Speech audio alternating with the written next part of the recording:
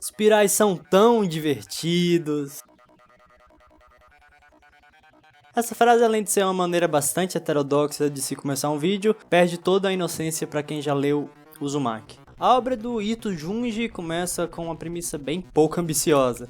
Nessa tal cidadezinha, na qual os meninos vão pro colégio e os adultos são tristes por causa da falta de coragem comum dos adultos e pelos arranjos de trabalho do capitalismo tardio, os habitantes são constrangedoramente fascinados por espirais. É, isso mesmo, por espirais. Como uma premissa tão pouco interessante como essa pôde virar um símbolo dos mangás de horror? Bem, eu não tenho a resposta.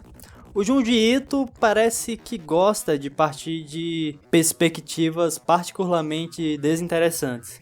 Em uma série de contos, Voices in the Dark, algumas histórias são bem pouco desenvolvidas e parecem ser escritas por um adolescente de 14 anos que faz fanfics de Naruto. Há, por exemplo, a história de uma moça que quer perder peso a todo custo e pouco a pouco vai sendo engolida por um transtorno alimentar.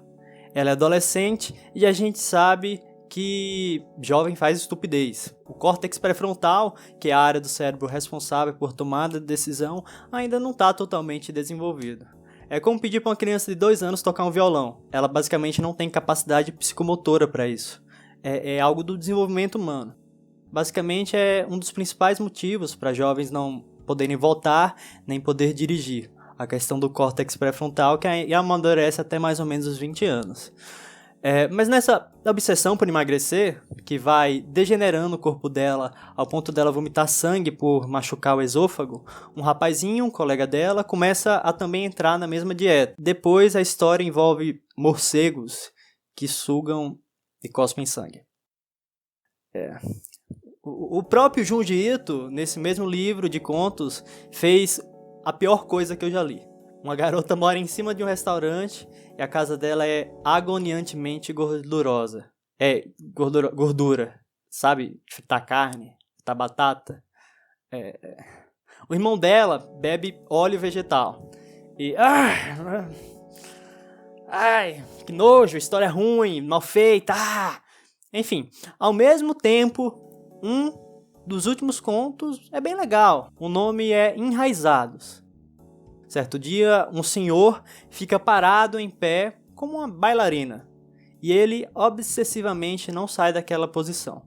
Abandona o trabalho, família e fica parado.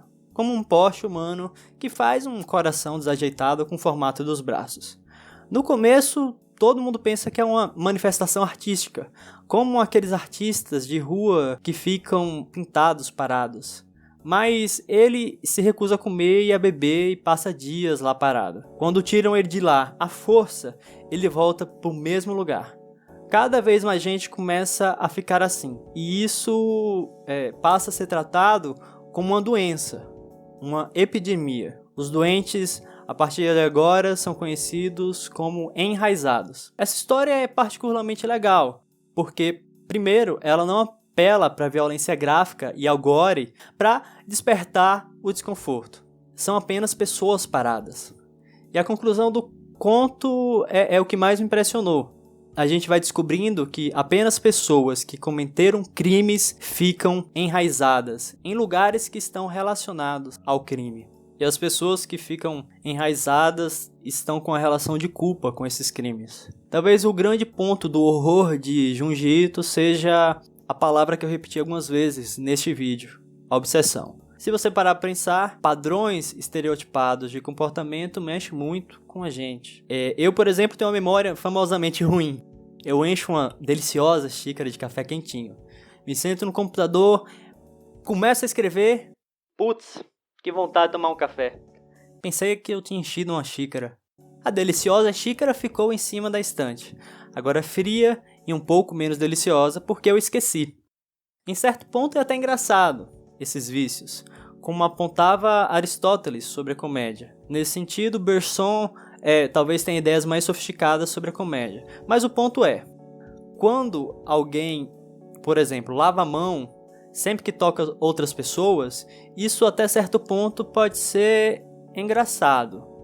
Mas quando ela lava a mão pela 77ª vez e a pele está em carne viva, Aí começa a parar de ser engraçado e fica um pouco perturbador.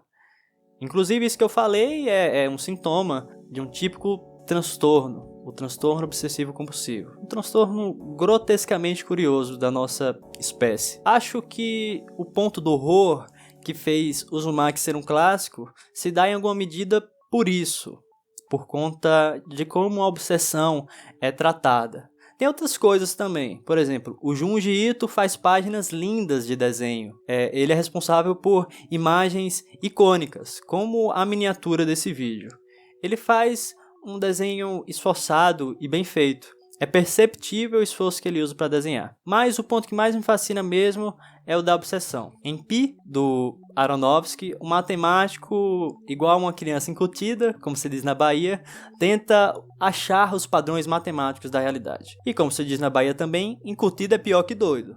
Ou seja, aquele que está obcecado numa ideia está no estado pior do que o da loucura. Olha que maravilha, né? O Uzumaki, tudo começa bem devagar, a história vai ficando cada vez mais absurda e logo você vai sendo levado ao centro da loucura. Assim como na vida real, que você se sente cada vez mais afundado e sem perspectivas de melhora. Um personagem do Uzumaki sempre diz: precisamos sair dessa cidade. E para mim é uma metáfora preciosa. Eles têm que sair de um local para ver melhor tudo o que está acontecendo. É como se, para precisar ver alguma coisa, como por exemplo um óculos, a gente não consegue ver direito se estiver perto demais. Então, por exemplo, eu uso o óculos o dia todo e ele fica confortavelmente sustentado na minha orelha e nariz. Mas se eu conseguisse de alguma maneira tirar o meu óculos, não paradoxalmente eu veria melhor. É preciso sair da ilha para ver a ilha. Mas não precisa ser assim. Uma doença muito debilitante, como a depressão ou fobia social, com tratamento correto, que geralmente é a fusão de farmacoterapia, ou seja, terapia medicamentosa, como os famosos antidepressivos, ansiolíticos, anticonvulsionantes, antipsicóticos, que tem como objetivo reduzir os sintomas desse transtorno. O campo da psicologia clínica envolve pesquisa, ensino e serviços relevantes para a aplicação de princípios, métodos, procedimentos de entendimento, predição e alívio de mau ajustamento, incapacidade, desconforto intelectual, social, emocional e comportamental aplicado a uma ampla gama de populações de clientes.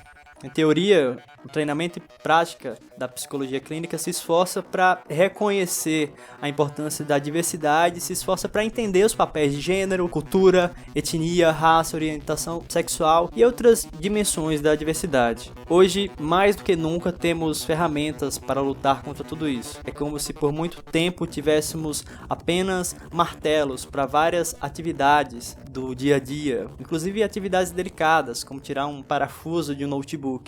Dá pra imaginar, né? Tirar um parafuso de um notebook com um martelo pode ser que dê certo, mas não é muito adequado.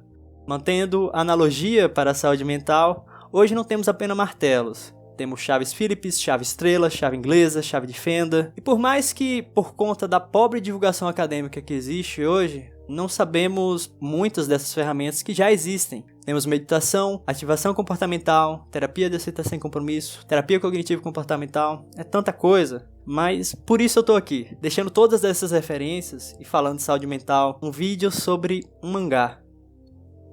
E pra mim isso não deixa de ser arrepiante e de alimentar certa esperança. Meu nome é Igor e este é o Não Freud. Obrigado por ter assistido. Não se esquece de deixar o gostei aqui embaixo e de comentar o que você achou, nem que seja para alimentar o algoritmo e o canal crescer cada vez mais. O canal é mantido pelos apoiadores do Catarse, em catarse.me/nãofreud. E se você quiser apoiar também a divulgação de conhecimento e essas reflexões que eu tento trazer, me apoia lá. É bem fácil e a quantia de 5 conto por mês. Se você tiver renda fixa e condição estrutural, vai me ajudar bastante.